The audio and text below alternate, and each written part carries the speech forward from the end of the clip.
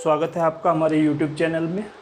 और आज हम हिस्ट्री में ही अपनी जो है सीरीज को आगे बढ़ाते हुए अगले चैप्टर पे चल रहे हैं, जिस चैप्टर का नाम है वैदिक सभ्यता। चैप्टर का नाम है भाई वैदिक सभ्यता। चैप्टर का नाम है हमारा वैदिक सभ्यता। अगर वैदिक सभ्यता के काल की बात करें तो इसका समय अंतराल 1500 ईसा पूर्व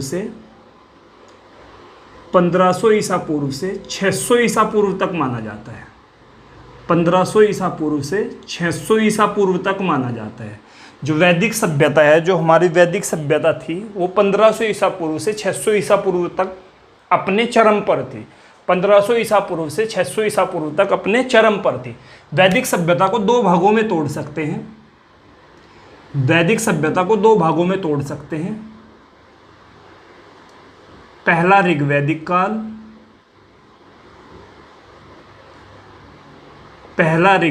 काल और दूसरा उत्तर वैदिक काल। तो वैदिक सभ्यता को दो भागों में तोड़ सकते हैं, ऋग्वैदिक काल और उत्तर वैदिक काल। ऋग्वैदिक काल वो काल है जिसमें ऋग्वेद की स्थापना हुई और इसका समय जो माना जाता है 1500 ईसा पूर्व से 1000 ईसा पूर्व तक माना जाता है। 1500 ईसा पूर्व से 1000 ईसा पूर्व तक माना जाता है। 1000 ईसा पूर्व। अगर बात करें उत्तर वैदिक काल की तो ये हो जाएगा 1000 ईसा पूर्व से 600 ईसा पूर्व तक। 600 ईसा पूर्व तक। तो ऋग्वैदिक काल में जो है, ऋग्वेद की स्थापना हुई, ऋग्वेद की रचना हुई ऋग्वैदिक काल। इसके बाद उत्तर वैदिक काल में अन्य वेदों की रचनाएं हुई, ठीक है। और इसे वैदिक सभ्यता का हार्स भी बोला जाता है। यहाँ पे अपनी ये ऋग्वैदिक सभ्यता थी, जो हमारी वैदिक सभ्यता थी, ऋग्वैदिक काल में अपने चरम पर थी। इसके बाद इसमें थोड़ी थोड़ी कुरीतियाँ आनी शुरू हुई और ये अपने हास की तरफ बढ़ने लगी 1000 ईसा पूर्व से 600 ईसा पूर्व तक। अब सवाल उठता है कि वैदिक सभ्यता के जनक कौन थे? वैदिक सभ्यता के जो लोग थे वो कहाँ से आए थे? क्योंकि इससे पहले सिंधु घाटी सभ्यता थी। सिंधु घाटी सभ्यता का धीरे धीरे ह्रास हुआ और वो पूर्ण रूप से विलुप्त नहीं हुई। हमने देखा था 2500 ईसा पूर्व से 1750 ईसा पूर्व तक सिंधु घाटी सभ्यता थी। तो सिंधु घाटी सभ्यता का पतन हो गया था। उसके जो प्रमुख शहर थे वो बाढ़ के कारण, महामारी के कारण, जलवायु परिवर्तन के कारण खराब हो गए थे, आक्रमण के कारण वो खत्म हो गए थे। लेकिन फिर भी वो धीरे धीरे चलते रहे। लेकिन ऐसा माना जाता है कि कुछ लोग बाहर से आए, विदेशी आक्रमण हुआ और उन लोगों ने सिंधु घाटी सभ्यता के को पूरे प्रतीक जो हैं, सिंधु घाटी सभ्यता के जितने भी लोग थे वो सब उनकी शरण में चले गए और बाहर से आए हुए लोगों ने एक नई व्यवस्था का जन्म किया, एक नई व्यवस्था को जन्म दिया, जिसे वैदिक सभ्यता कहा गया। तो वैदिक सभ्यता किससे मिलकर बनी है? वैदिक सभ्यता के मूल में क्या है भाई? वैदिक सभ्यता के मूल में एक शब्द है वेद। वैदिक सभ्यता के मूल में एक शब्द है वेद। वेद का अर्थ होता है ज्ञान। वेद का अर्थ होता है ज्ञान। तो वैदिक सभ्यता के मूल में एक शब्द है वेद। वेद का अर्थ होता है ज्ञान। अगर मैं बात करूं वैदिक सभ्यता को किसने जन्मा, वैदिक सभ्यता को किसने स्थापित किया, तो वैदिक सभ्यता को स्थापित किया आर्यों ने। जो वैदिक सभ्यता थी, तो वैदिक सभ्यता को स्थापित किया आर्यों ने। वैदिक सभ्यता को आर्यों ने स्थापित किया। अगर आर्य शब्द का हम शाब्दिक अर्थ देखें कि आर्य शब्द का शाब्दिक अर्थ क्या है, तो आर्य शब्द का शाब्दिक अर्थ होता है श्रेष्ठ। ठीक है। अब ये आर्य कहां से आए? तो अलग अलग विद्वानों के अलग अलग मत है। मैं आपको सारे मत बता रहा हूं भाई। एक विद्वान थे, उन्होंने कहा ये मध्य एशिया से आए। जो आर्य लोग थे ये कहां से आए? मध्य एशिया से आए। एक दूसरे विद्वान थे, उन्होंने कहा ये आर्कटिक क्षेत्र से आए। जो आर्य लोग थे ये कहाँ से आए? आर्कटिक क्षेत्र से आए। एक और विद्वान थे, उन्होंने कहा ये तिब्बत क्षेत्र से आए। तो अलग अलग मत हैं, तिब्बत क्षेत्र से आए। जो आर्य लोग हैं, एक विद्वान ने कहा मध्य एशिया से आए, तो उस विद्वान का नाम था मैक्स मूलर। उस विद्वान का नाम था मैक्स मूलर।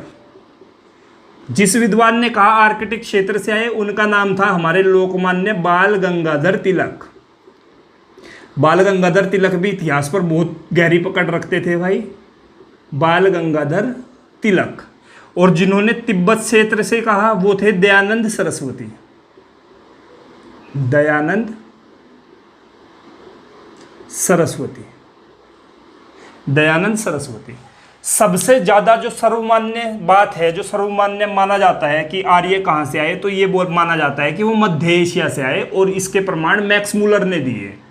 इसके बारे में जो है, जो खोज की है वो मैक्स मूलर ने की है।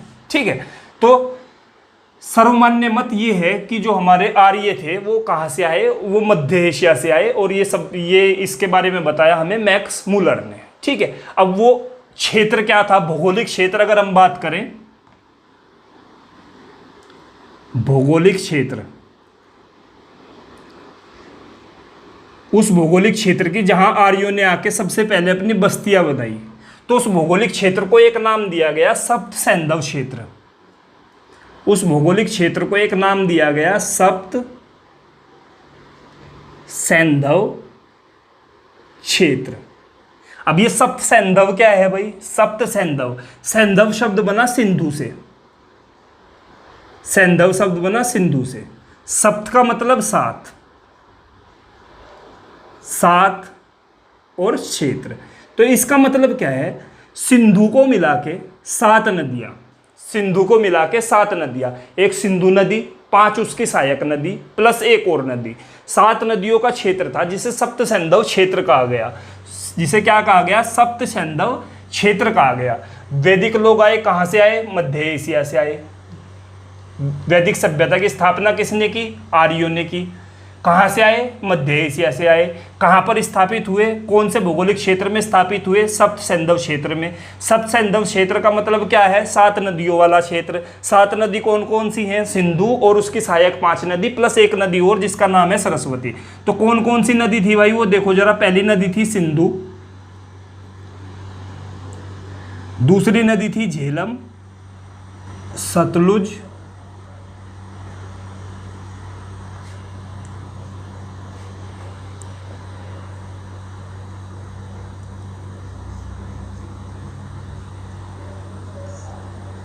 सरस्वती, 1 2 3 4 5 6,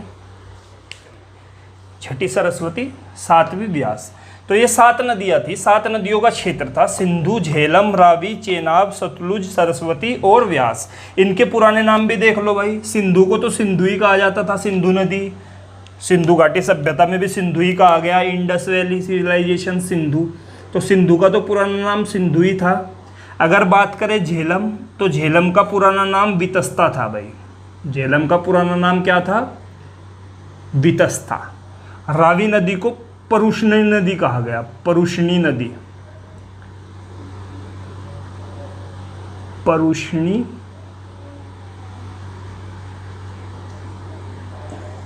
नदी। चेनाब को अस्कनी कहा गया,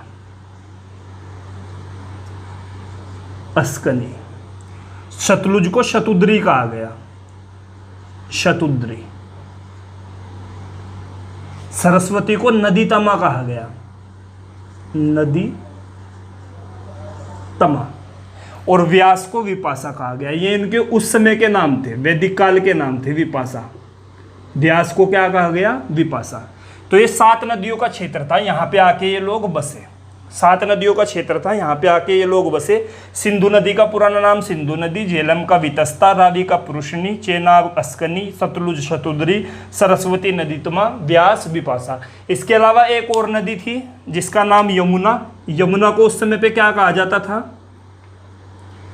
एक नदी यमुना। यमुना को उस समय पे कालिंदी कहा जाता था, कालिंदी, कालिंदी। और जो क्षेत्र था हिमालय का क्षेत्र, तो हिमालय को क्या कहा जाता था, हिमालय को हिमवंत कहा जाता था, हिमवंत। पूरी सभ्यता किस पे बेस्ड थी? इसके प्रमुख जो पूरी सभ्यता थी वो वेदों पे बेस्ड थी। पूरी की पूरी सभ्यता का सबसे महत्वपूर्ण पॉइंट क्या था? वेद। तो पूरी की पूरी सभ्यता किस पे बेस्ड थी भाई? वेदों पे बेस्ड थी। वेद कितने होते हैं? कितने वेद पढ़े हैं आप लोगों ने कभी? वेद होते हैं 4। कौन कौन से वेद थे भाई? सबसे पहला वेद ऋग्वेद, दूसरा वेद सामवेद, तीसरा वेद यजुर्वेद,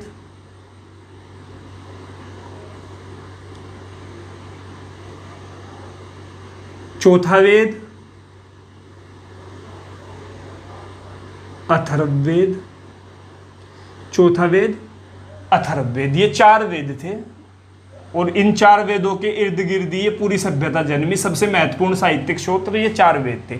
अगर ऋग्वेद की बात करूं मैं तो ये सबसे पुरानी पुस्तक, सबसे पुरानी विश्व इतिहास की सबसे पुरानी पुस्तक है। विश्व इतिहास की सबसे पुरानी पुस्तक। इसमें मंत्र दिए गए हैं, उपासना से संबंधित बहुत सारे मंत्र दिए गए हैं।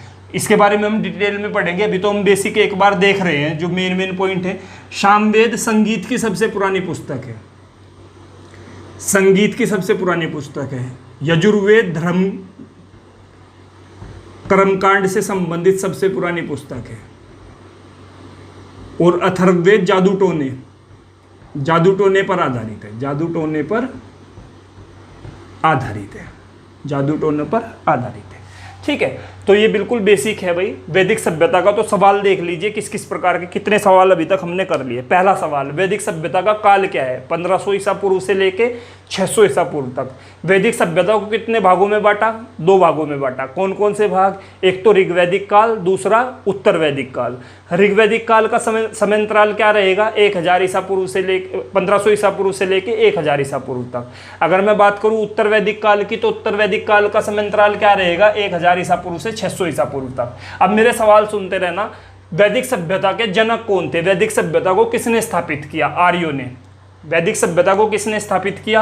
आर्यों ने। आर्य शब्द का अर्थ क्या होता है? श्रेष्ठ। वैदिक सभ्यता के मूल में क्या है? वेद। वेद शब्द का क्या अर्थ होता है? ज्ञान। आर्य कहां से आए? मध्य एशिया। ये प्रमाण किसने दिया? मैक्स मुलर ने। तो आर्यों का निवास स्थान कहां था? मध्य एशिया। कहां से आए? मध्य एशिया से। किसने प्रमाण दिया? मैक्स मुलर ने। ये सब सवाल हैं जो एग्जाम में पूछे जाते हैं। आर्यों ने वैदिक सभ्यता का विस्तार कहां पे किया? भारत के कौन से क्षेत्र में वैदिक सभ्यता का विस्तार किया? तो भौगोलिक क्षेत्र क्या था? सप्त सैंधव क्षेत्र। आर्यों ने सप्त सैंधव क्षेत्र में भौगोलिक क्षेत्र का विस्तार किया। सप्त सैंधव क्षेत्र का मतलब क्या? सिंधु प्लस उसकी 5 सहायक नदियां और सरस्वती नदी। सिंधु प्लस 5 उसकी सहायक नदियां और सरस्वती नदी, ये 7 नदियों का क्षेत्र था। यहाँ पर जो है आर्य आकर बस गए। कौन कौन सी नदी थी? सिंधु, झेलम, रावी, चेनाब, सतलुज, सरस्वती, व्यास। ये 7 नदियाँ थी। ठीक है भाई, सिंधु, झेलम, रावी, चेनाब, सतलुज, सरस्वती, व्यास। आपसे सवाल होता है झेलम का पुराना नाम क्या था? वैदिक कालीन सभ्यता का नाम क्या था? वितस्ता। रावी नदी का वैदिक कालीन सभ्यता का नाम क्या था? पुरुषनी। चेनाब नदी का वैदिक कालीन सभ्यता का नाम क्या था? अस्कनी। सतलुज नदी का वैदिक कालीन सभ्यता का नाम क्या था? शतुद्री। सरस्वती नदी का वैदिक कालीन सभ्यता का नाम क्या था? नदीतमा। व्यास का वैदिक कालीन सभ्यता का नाम क्या था? विपाशा। ठीक है, इसके अलावा एक और नदी अस्तित्व में है। एक और नदी के प्रमाण वैदिक सभ्यता में मिले हैं जिसका नाम है आधुनिक यमुना नदी। उस समय पे उसे क्या कहा जाता था? कालिंदी नदी। उस समय पे क्या कहा जाता था? कालिंदी नदी। और हमारे क्षेत्र में जो हमारा क्षेत्र का पहरेदार है, भारतीय क्षेत्र का पहरेदार है हिमालय। तो हिमालय को तब के लोग क्या कहा करते थे? हिमवंत। वैदिक कालीन नाम क्या था हिमालय का? हिमवंत। वैदिक कालीन सभ्यता किस पे आधारित है? वेदों पे आधारित है। कितने वेद हैं? 4 वेद हैं। 4 वेद कौन कौन से हैं? सबसे पहले ऋग्वेद, दूसरे नंबर पे सामवेद, तीसरे नंबर पे यजुर्वेद, चौथे नंबर पे अथर्ववेद। विश्व की किसी भी सभ्यता की सबसे पुरानी पुस्तक, ठीक है, जिसमें मंत्रोच्चार या ये हैं, तो कौन सी है विश्व की सबसे पुरानी पुस्तक? ऋग्वेद है। संगीत की सबसे पुरानी पुस्तक कौन सी मानी जाती है? सामवेद है। ठीक है भाई, इसके बाद यजुर्वेद और अथर्ववेद। अथर्ववेद बहुत बाद का वेद है और इसमें धार्मिक कर्मकांड वगैरह हैं।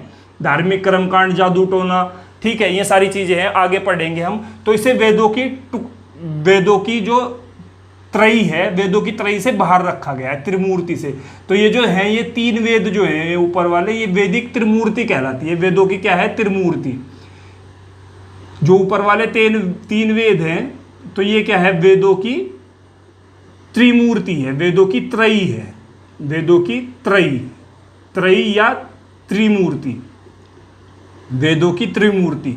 तो एक सवाल यहां से भी बनता है, कौन से वेद को त्रिमूर्ति से बाहर रखा गया है? वेदों की त्रिमूर्ति से, वेदों की त्रयी से कौन से वेद को बाहर रखा गया है? तो अथर्ववेद को वेदों की त्रयी से बाहर रखा गया है। 3 वेदों की त्रयी में कौन कौन से वेद आते हैं? ऋग्वेद, सामवेद और यजुर्वेद। ठीक है भाई, तो ये बिल्कुल बेसिक है, इसका इंट्रोडक्शन है। अब कल हम नए लेक्चर में पढ़ेंगे कि वैदिक कालीन सभ्यता के लोगों का जीवन कैसा था, किस तरीके से वो कृषि करते थे, किस तरीके से काम करते थे, किस तरह के यज्ञ होते थे, किस तरह के राजा होते थे, किस तरह का प्रशासन था। तो वो सारी चीज़ें हम वैदिक सभ्यता का कल शुरू करेंगे। ये इसका परिचय है, वैदिक सभ्यता का स्टार्टिंग है। तो यहाँ से आप लेके चले, थोड़ा बहुत आप लोग खुद भी पढ़ें। कल आपको सारे पॉइंट मिल जाएंगे ऋग्वैदिक काल के। पूरा ऋग्वैदिक काल कल के लेक्चर में डिस्कस कर लेंगे। ऋग्वैदिक काल के जितने भी साहित्य है, ऋग्वैदिक काल से संबंधित जो भी तथ्य हैं, वो सारे हम कल देख लेंगे। ठीक है भाई, चैनल को लाइक कीजिए, सब्सक्राइब कीजिए और अपने फ्रेंड्स में शेयर कीजिए। जय हिंद, जय भारत।